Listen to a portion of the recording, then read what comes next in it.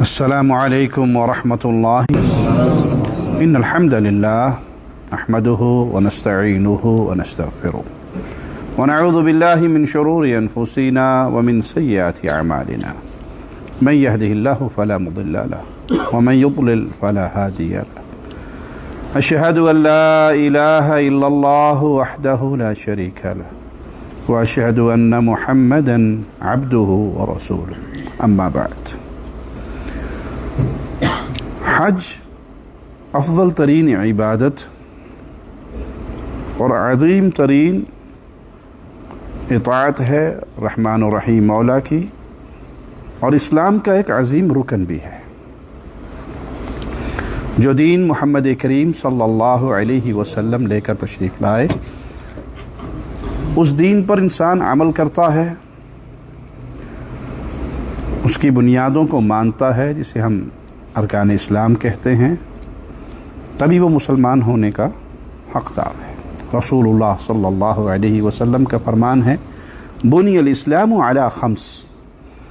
اسلام کی بنیاد وہ 5 چیزوں پر ہے، اور ان 5 چیزوں میں اللہ کے نبی صلی اللہ علیہ وسلم نے حج کو بھی ذکر کیا. ارکان اسلام مانتے ہوئے ہمیشہ ترتیب کو کبھی نہ بھولیں. یہ 5 چیزیں سب سے پہلے کیا ہے؟ شہادتین، اشہد ان لا الہ الا اللہ و اشہد ان محمد رسول اللہ. یعنی سب سے پہلی چیز اللہ کی وحدانیت کی گواہی ہے، توحید، نبی کریم صلی اللہ علیہ وسلم کی رسالت، پھر نماز، پھر زکوٰۃ، رمضان کے روزے، بیت اللہ کا حج. کیا معنی اس ترتیب کا کہ اگر کوئی شخص اللہ کی وحدانیت کو نہیں مانتا تو اس کی نماز کا کوئی فائدہ نہیں، اس کے باقی اعمال کا کوئی فائدہ، کوئی وزن نہیں ہوگا قیامت کے دن. جو رسول اللہ صلی اللہ علیہ وسلم کی رسالت کو نہیں مانتا، اس کے باقی اعمال سب بیکار ہیں. یہ 2 گواہیاں ضروری ہیں، اس کو دیں گے تو آپ مسلمان ہیں. توحید اور رسالت کو مان کر پھر ہی آپ کا اگلا معاملہ شروع ہوگا. اگلے معاملات میں سب سے اہم نماز ہے. یعنی اگر کوئی بے نماز حج کرے اسے کیا ملے گا؟ نماز کو نہیں مانتا لیکن حج کے لیے بھاگا جا رہا ہے، نماز نہیں پڑھتا روزے رکھنے کے لیے تیار ہے، تو مستقل ابدی نماز کا تارک. جمہور علماء کا ایک بہت بڑا گروہ اس کو مسلمان ہی تسلیم نہیں کرتے. تو سب سے پہلے اللہ کی وحدانیت، رسول اللہ صلی اللہ علیہ وسلم کی رسالت، پھر نماز. نماز وہ چیز ہے جس کے لیے رسول اللہ صلی اللہ علیہ وسلم نے آخری لمحے تک اپنی امت کو وصیت کی. آپ کے آخری الفاظ بھی تھے، الصلاۃ الصلاۃ الصلاۃ. تو اس ترتیب کو ہمیشہ یاد رکھیے. عبادت جب تک اس میں 2 چیزیں نہ پائی جائیں وہ قبولیت کے درجے پر نہیں پہنچتی. سب سے پہلے اخلاص، خالص اللہ کے لیے وہ کام کرنا ہے. وہ عبادت اللہ کی خالص اللہ کے لیے ہو، اس میں ریاکاری نہ ہو، دکھلاوا نہ ہو، نمود و نمائش نہ ہو. اس عبادت کا مقصد کسی اور سے داد لینا نہ ہو. یہ پہلی شرط ہے. اور اللہ معاف فرمائے، اللہ معاف فرمائے، اب تو عبادات میں سے ریاکاری کو نکالنا بہت مشکل ہے، الا من رحم ربی. ہم خود اپنی عبادتوں کو برباد کرنے پر تلے ہوئے ہوتے ہیں. احرام پہنتے ہی سیلفی، حرم میں داخل ہونے سے پہلے سیلفی، طواف کرتے ہوئے سیلفی. صرف ایک ٹیڑھ کرواندی میں سیلفی نہیں دیکھی، باقی تقریباً ساری سیلفیاں جاندی ہیں. اگر مقصد یہ ہے کہ پبلک میں چرچے ہو جائیں، سارے دیہات، گاؤں، شہر والوں کو پتہ لگ جائے جی حاجی صاحب پہنچ گئے ہیں، اگر یہ مقصد ہوا تو پورا حج ہی ہمارا کہاں جائے گا؟ کیا ملے گا ہمیں؟ تو عبادت کی قبولیت کی پہلی شرط اخلاص ہو. دوسری شرط کہ وہ رسول اللہ صلی اللہ علیہ وسلم کی اطاعت پر. مرضی کی عبادت اللہ کے ہاں نہیں چلتی. کوئی بات نہیں، ایسے بھی کر لو اور ویسے بھی کر لو اور جیسے مرضی کر لو.